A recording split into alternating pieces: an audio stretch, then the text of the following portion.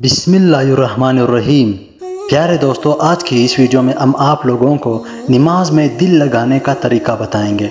सबसे पहले अगर आप लोग हमारे चैनल पर नए हैं तो प्लीज़ हमारे चैनल को सब्सक्राइब करें और साथ ही में बेल आइकन का बटन दबाएं ताकि आने वाली हर वीडियो आप लोगों तक पहुंच सके।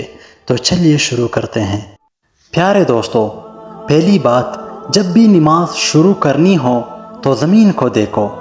इसका फ़ायदा ये है कि मरने के बाद हमें इस ज़मीन के अंदर जाना है। दूसरी बात, रुकू करो तो पाँवों को देखो। इसका फ़ायदा ये है कि हमारी जान पाँवों से निकलना शुरू होगी। तीसरी बात, जब भी सजदा करो तो नाक की सिमत में देखो। इसका फ़ायदा ये है कि मरने के बाद सबसे पहले नाक ख़त्म होगी।